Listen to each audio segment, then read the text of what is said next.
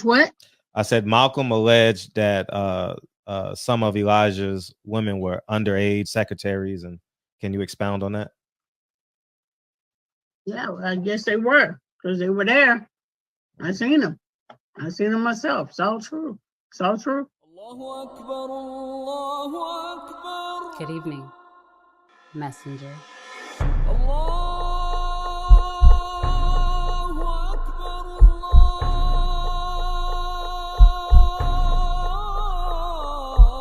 You convinced us that you were the last messenger.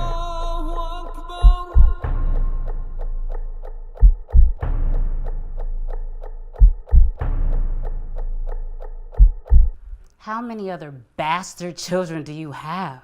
Go ahead, champ. Don did it. Small shows there. Cedric Kushner did it there. A lot of Joe Scotia and them back in the day tried it there, but they tried it. Now you can say he the first tried it on a major level, not even major level because he's not.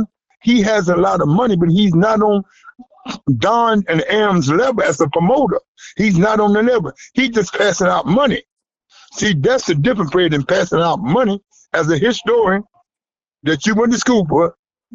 He's not a historian. He's just a guy afraid of damn food and passing out money. I don't know if he's a fool.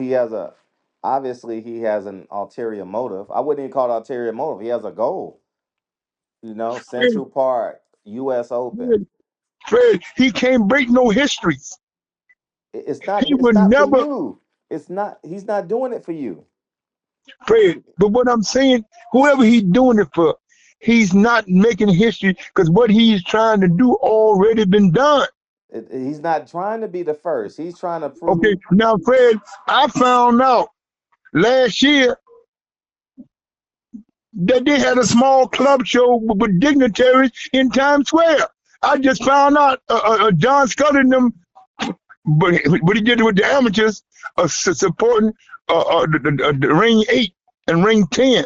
Mm-hmm. But he ain't the first one. I just found that out, and I went online and my girl, the newspaper, she printed it. Turki out the sheet was the first guy to do a show in Times Square. He's not trying to be the first. You don't understand. You're Fred, still thinking about like normal Fred, stuff. Said, listen, see, I don't know if you get the Daily News and New York Times and Post every week at your house in California. But what I'm saying, Fred, they printed that he was the first one to do a show in Times Square. Come to find out, last summer, John Scully Promotion out of Connecticut did a big amateur show.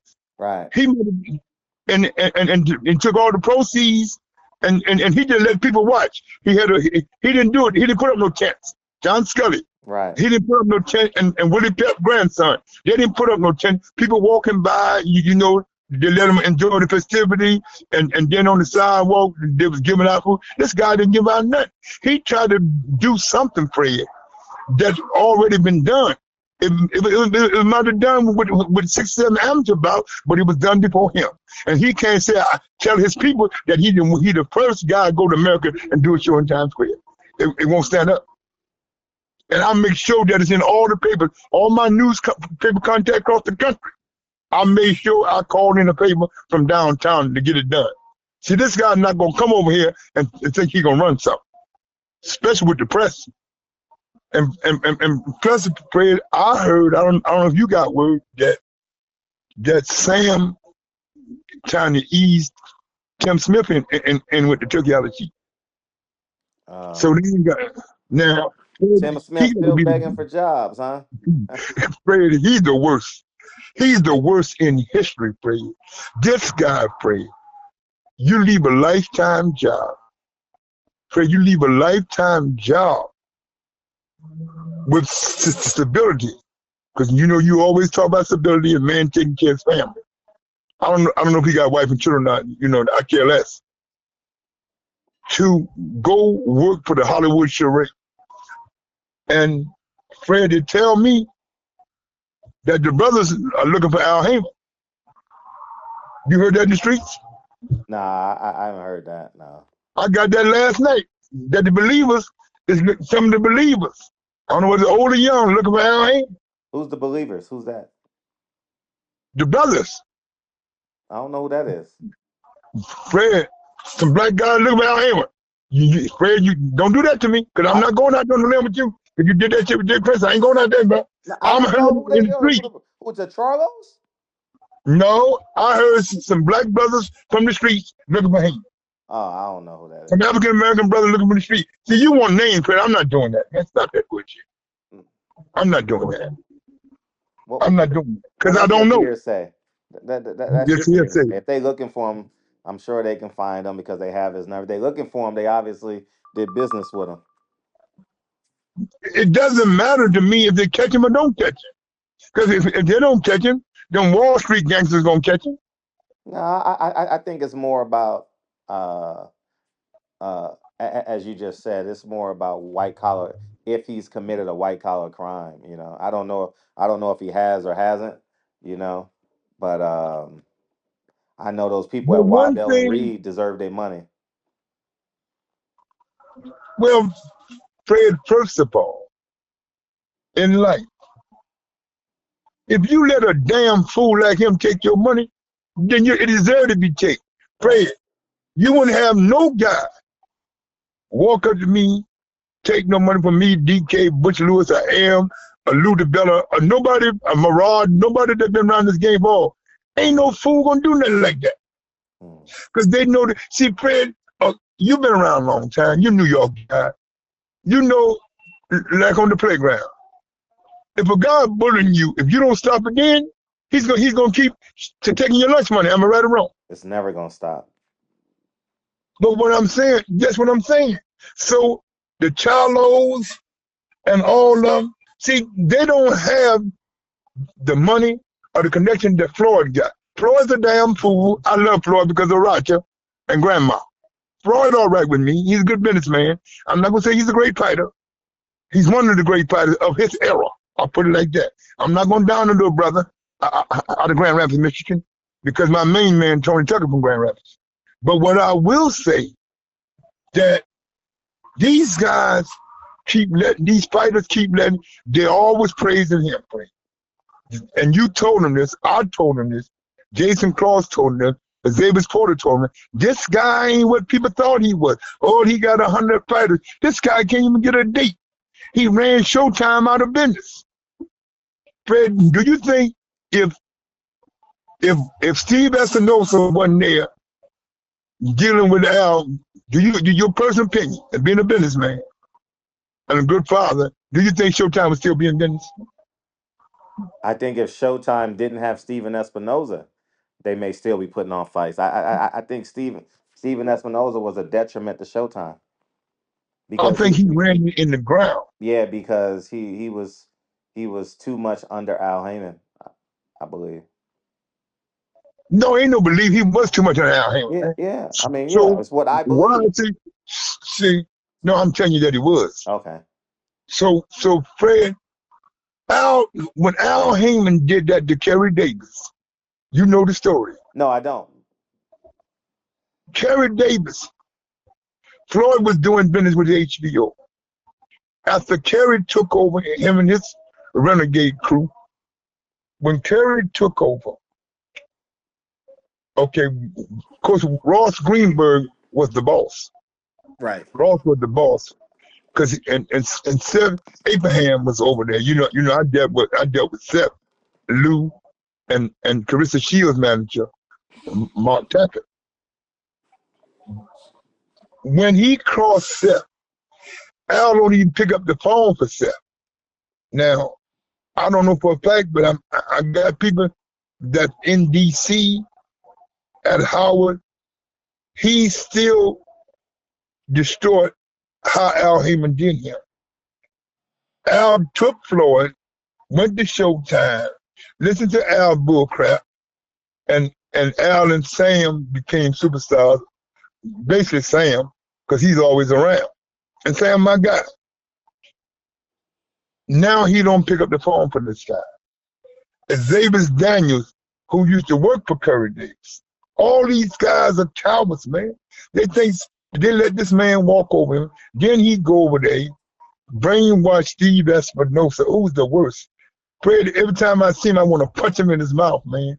So he said something at the last fight. I said, you know who you talking to? A has-been gangster. That's all right. So when he walked up, I grabbed him by the collar. Sam Watson grabbed him. Sam, tell you, Sam grabbed him. You Sam, grabbed Stephen Espinoza by the collar. yeah, yeah, in New York. How'd you grab him? And I grabbed him. Everybody that was at the press conference know it. So Okay. he ain't no. So you trying to get some hot news for your audience. Exactly. That's my job. But it's not my job to tell them. All they know is that I grabbed him. That's all they need to know. They needed to find the videotape. Some of the guys that was there in New York. I'm not giving no footage because they ain't giving me nothing.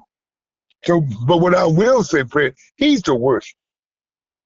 Before the night, what was that heavyweight from Poland that they had high hopes for? And he lost. Konecki? Adam Konecki? Kanaki? Yeah. We was at a fight there, right? They had all the light heavyweights on the card. And they brought Michael Spinks in, right? So Steve is sitting next to Mike Lady. I said, oh, hey, Mike, how y'all, man? He said, he's a big league. Who you come here to the store? I said, I ain't come to the store, nobody's champ, Slim. So everybody say, why he's calling you Slim? You're with. He said, that's my nickname, Slim. 12 years. So Michael Spinks told him, he may not like